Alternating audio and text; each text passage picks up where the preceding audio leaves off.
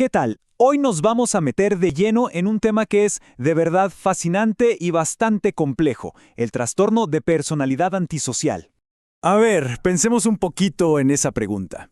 Es una de esas situaciones que te dejan pensando, ¿no? Y es el punto de partida ideal para lo que vamos a explorar hoy sobre una condición llena de contradicciones.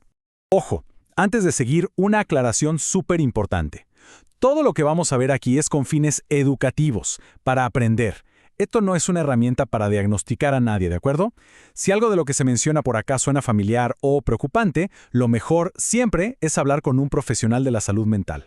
Bueno, ahora sí, vamos al grano.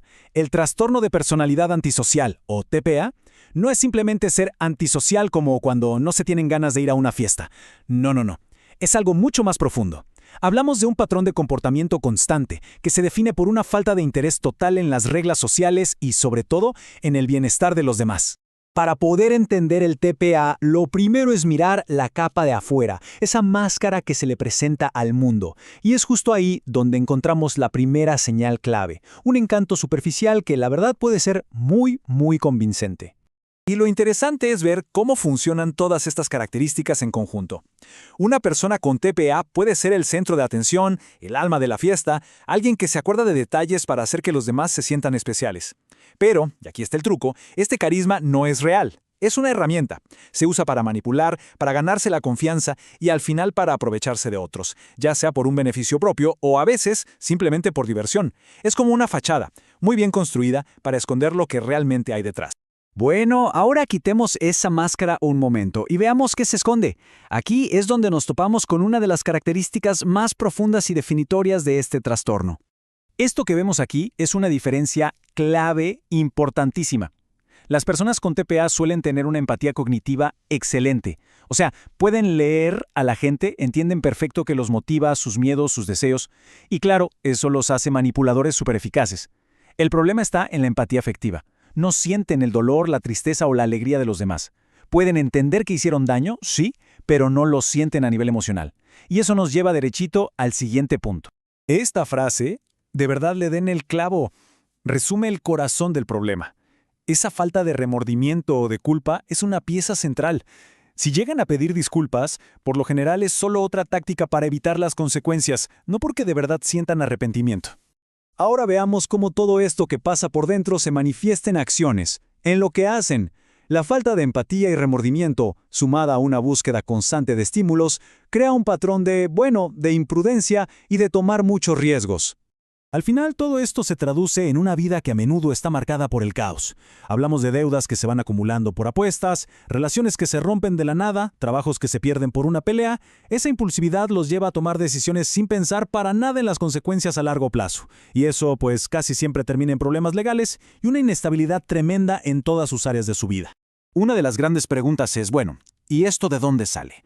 Y la respuesta, como con casi todo en salud mental, es complicada. No es un solo factor, es una mezcla. Este modelo nos muestra como un camino, una trayectoria. Nadie nace con TPA, pero sí se puede nacer con cierta predisposición genética. Si a eso le sumamos un ambiente complicado, como un entorno familiar caótico o con trauma, el riesgo se dispara. De hecho, hay un diagnóstico clave en la infancia, el trastorno de conducta, que es un precursor necesario. Y si esos comportamientos siguen y se afianzan en la edad adulta, es ahí cuando se puede diagnosticar el trastorno de personalidad antisocial. Ahora hablemos de un tema que es crítico y súper común en este trastorno, la conexión tan fuerte que tiene con las adicciones. Este número lo dice todo. Es impactante. Según un estudio muy importante de los Institutos Nacionales de Salud de Estados Unidos, más del 76% de las personas con TPA también tienen un trastorno por consumo de alcohol. Es una cifra altísima. Y este gráfico lo deja clarísimo. La impulsividad y esa búsqueda de sensaciones que son parte del TPA hacen que el riesgo de caer en una adicción sea mucho, pero mucho más alto que en el resto de la población. Y lo que es peor, el abuso de sustancias casi siempre empeora los síntomas del TPA, creando un círculo vicioso del que es muy difícil salir. Con todo esto que hemos visto, pues no es ninguna sorpresa que el tratamiento del TPA sea un desafío enorme. Es una condición muy persistente, que a menudo dura toda la vida. Es clave entender esto. No existe una pastilla mágica para curar el TPA. Lo que sí se puede hacer es que algunos medicamentos psiquiátricos como los estabilizadores del ánimo o los antipsicóticos pueden ayudar a controlar algunos de los síntomas más difíciles como la agresión o la impulsividad, o tratar otros problemas que a menudo van de la mano, como la depresión. En el mundo de la psicoterapia, sí hay algunas terapias que han mostrado ser prometedoras. Por ejemplo, la terapia basada en la mentalización y la terapia de esquemas. El objetivo casi siempre es reducir los daños, aprender a manejar la ira y, por supuesto, tratar las adicciones. El mayor problema, la naturaleza misma del trastorno. Esa falta de introspección y la desconfianza hacia los demás hacen que sea muy difícil que la persona realmente se comprometa con el tratamiento. Y con esto, llegamos a una conclusión muy importante. El trastorno de personalidad antisocial no es simplemente ser una mala persona, no es una falla de carácter.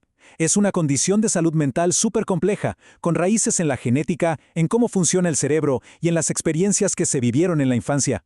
Así que nos queda esta pregunta para la reflexión. ¿Cómo cambia nuestra forma de ver las cosas si entendemos un comportamiento dañino no como maldad pura, sino como el síntoma de una disfunción muy profunda? Ojo, esto no es para excusar el daño, para nada, pero sí puede cambiar el enfoque, pasar de la culpa a la comprensión, a la prevención y a buscar maneras más efectivas de intervenir. Y ya para cerrar, si algo de todo esto ha generado alguna inquietud, es fundamental recordar que el primer paso para entender es buscar ayuda profesional. Solo un experto o un profesional calificado puede hacer un diagnóstico correcto y guiar en el camino hacia el manejo y la comprensión.